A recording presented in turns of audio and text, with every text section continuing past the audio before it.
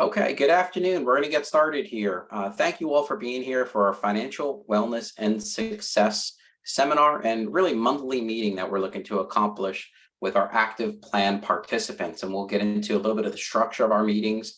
But first, I wanted to get kind of compliance and introductions out of the way. I'm Chuck Rose. I'm a certified financial planner with Claris Group, LLC. We're a registered investment advisor and an independent firm. There's a lot of structures to go about in the financial services industry, and I'm a true believer in the independent space because it really does bring the client to the forefront. And we could talk about that even in more detail in the future. So this financial wellness and success series or monthly seminar is basically for our active participants in retirement plans in which either we manage or that we're attached to or that we were contracted to bring on for financial wellness and just ongoing education.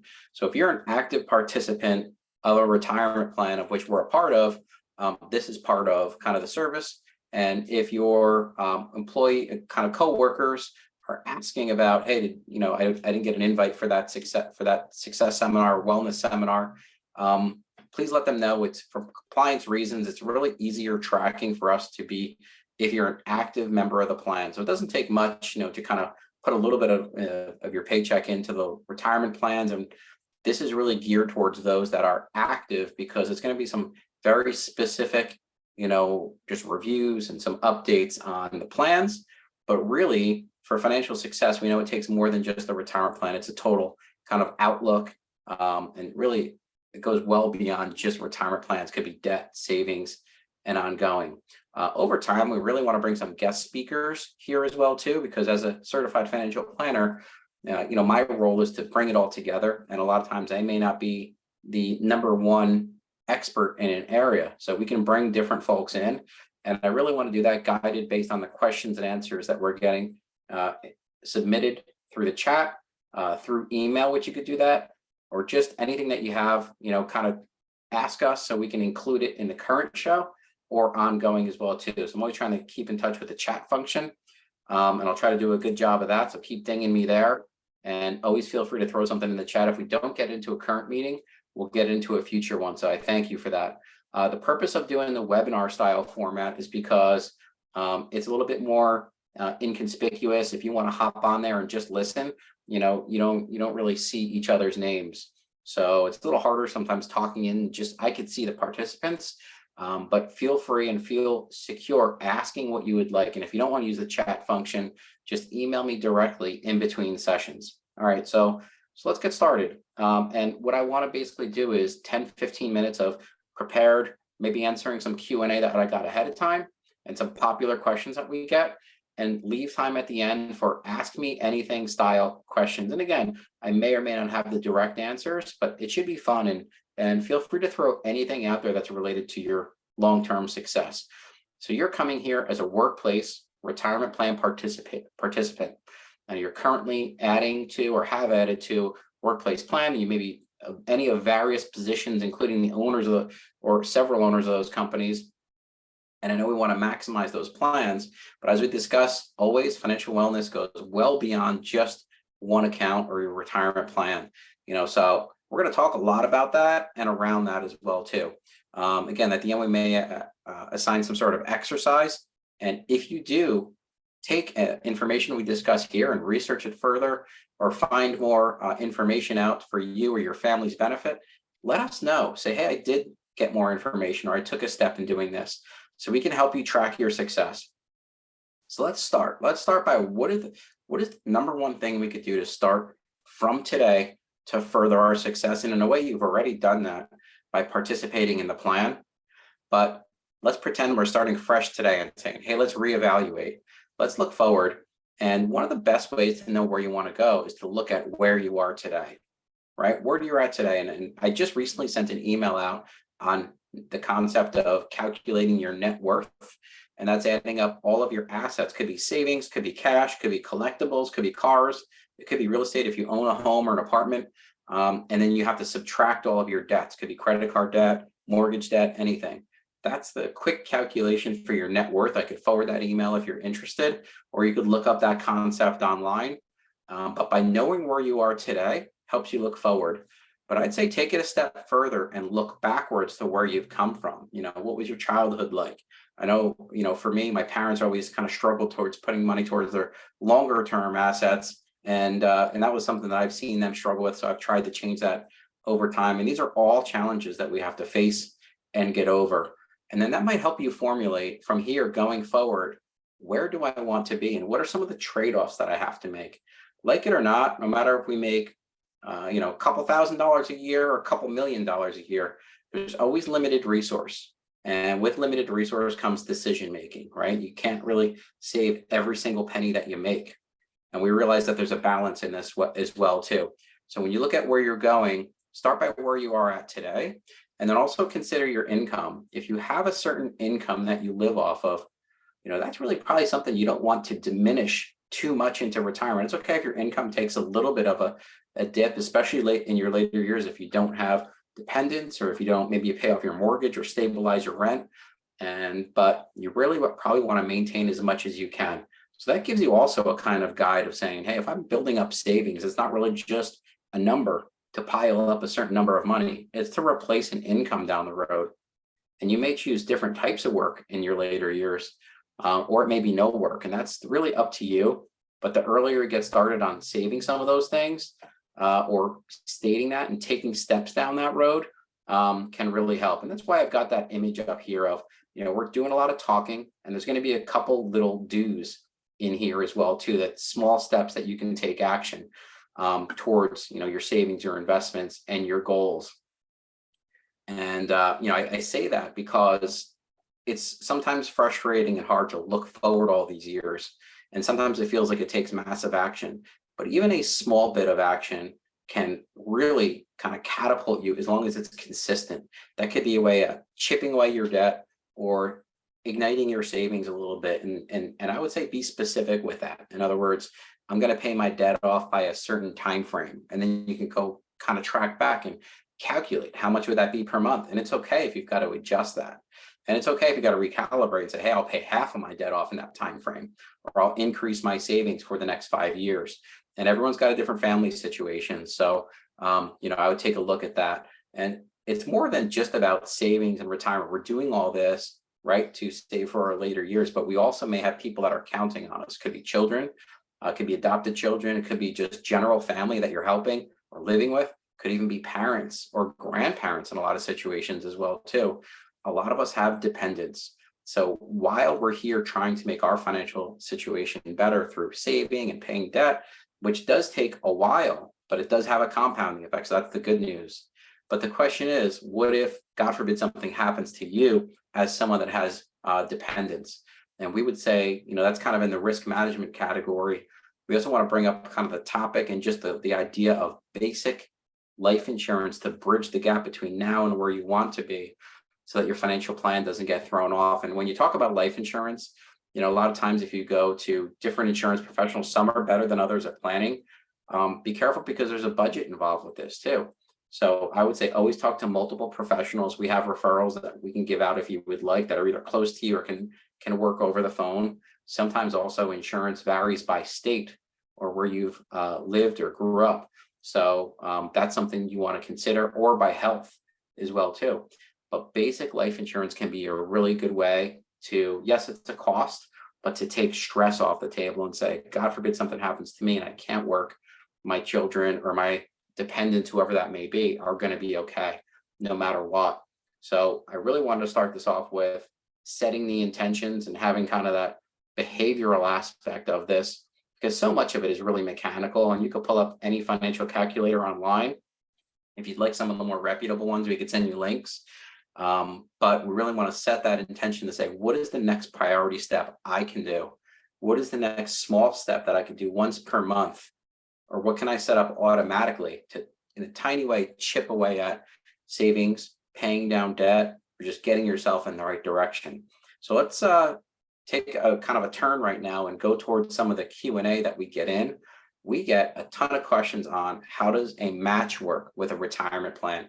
By the way, I use the word retirement plan because between you and your family members, and even folks on this message, there are people that have different types of retirement plans. So you may say, 401k, yes, that's a retirement plan. A simple IRA, a SEP IRA, those are all retirement plans. If one of your family members works in a school system, it may be a 403b. If they work for a governmental agency, it might be a 457. Basically, they're all savings type of vehicles that allow you to save, have different tax advantages, allow you to invest the proceeds for a certain period of time, and again, use them later on in retirement, which is typically defined as 59 and a half or later. There are some exceptions, especially for civil service workers like police, fire, things of that nature.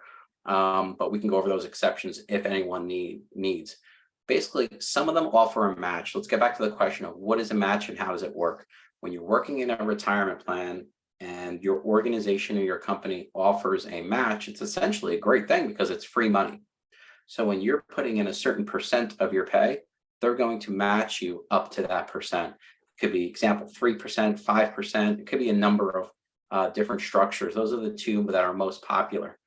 And essentially, it being free money is at least if you put that much, you'll get that much back. What a great place to start as far as how much you should save. At least get your match. It's free money on the table. So if you're only putting 1% in, but your match is 5%, you're only getting matched 1%. If you put 5% in, you're getting matched 5%. But it really is a great opportunity to boost your savings. It's really a part of your compensation package if you think about it.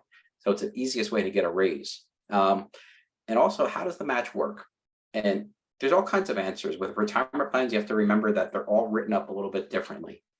And that's all legal, but it's a little confusing sometimes if you've seen it, experience, and it's changed.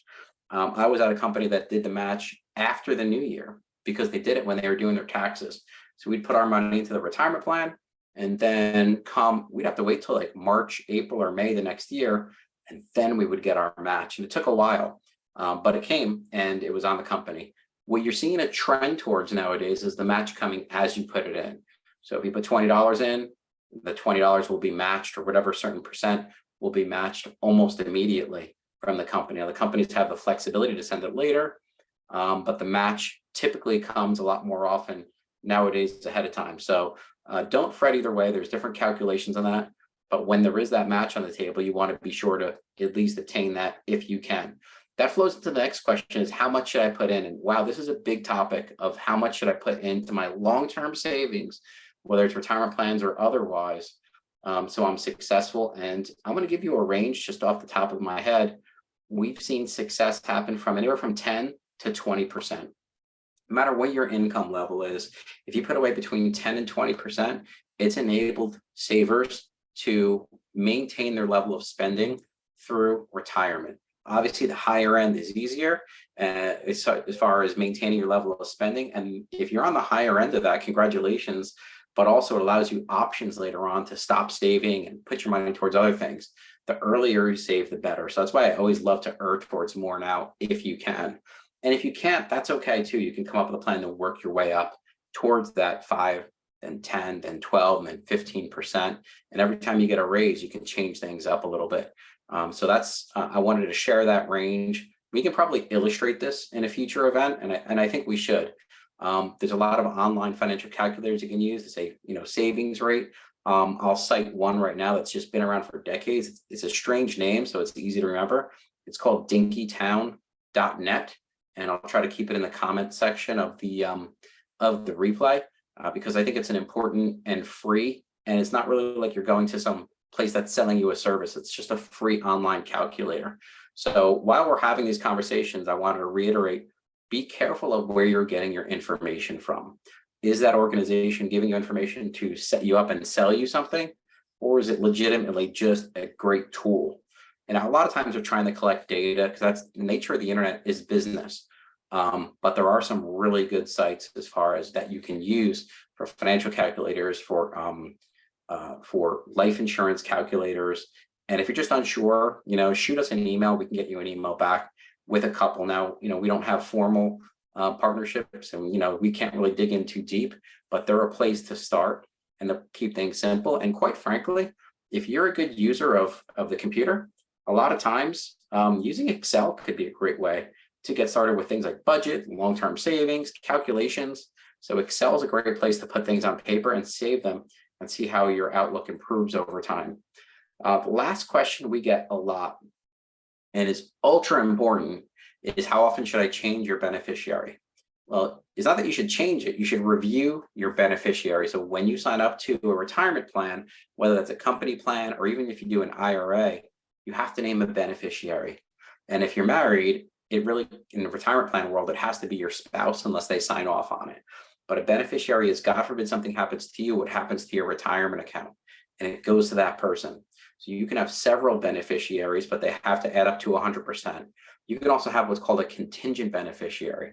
In other words, it may go to your spouse, and God forbid if something happens to you and your spouse, it goes to the contingent, which is the third option, which could be potentially, your children, if there's multiple children split in different, in equal portions.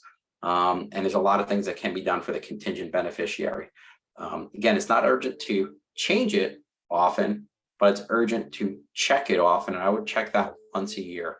And not just on your company plan that you have with us, but across the board for IRAs, for life insurance, for workplace benefits, for you and your spouse to understand what you have and where, and what happens. God forbid something happens to one or the other of you. And even if it's not like unfortunate death that we're talking about, even if someone's sick and can't communicate, what do you have? Where is it? What does the paperwork look like? Who's the beneficiary? To understand those things and just look at them just once a year could be really great. So I would take a look at that. And if you approach someone in getting your will and estate planning done, this is a great person for them too. They're going to look at your types of accounts, your titling, your family structure, and they're going to help you. It's really ultimately your decision, but they'll help you with deciding what might be the best way to put that and if it's important or not to have a contingent. Those are three really important things: the match, how much you should put in, and the importance of a beneficiary. So again, these are all great topics that a lot of times there's a lot of resources on, but the magic is really most successful savers that we see over the long period of time are going to take one of these ideas and implement it, whether that's, hey, maybe I can slightly increase my savings. Maybe I can slightly increase my payments to reduce my debt, right? If you can get your debt down to almost nothing by the time you retire, that's going to be super meaningful for you to kind of save tons of budget for you to be free with whatever you want to do. Those are really great things that you can do. And if you take a little bit of action towards one of those, let us know. Again, the success is really in the ongoing of that. And I have one more message for you, because I want to share one of these other images with you. And they are tiny steps that you can take over time. These are small things to do: adding 1% to your savings, adding 1% to what you pay towards your debt. And if you automate it, it's tiny at the time, but over the course of years and decades, it can really add up in a huge way. So I wish you success. I would love for you all to send us Q&A for next time. So we're not getting too much in today, but we do this every week. We'll talk about popular Q&A. I'll actually reach out proactively to some of you to find out if there's any questions. We can all learn by sending in questions, and we're doing this format so that it's easier to ask in kind of a private way. So you can send us questions, we can ask, and we can all learn from it and get better. So thanks again. Again, we'll see you next month, and this replay will be up for, once we get it approved, for a couple weeks. Then we'll take it down and we'll add the new replay up. So thank you so much. Bye now.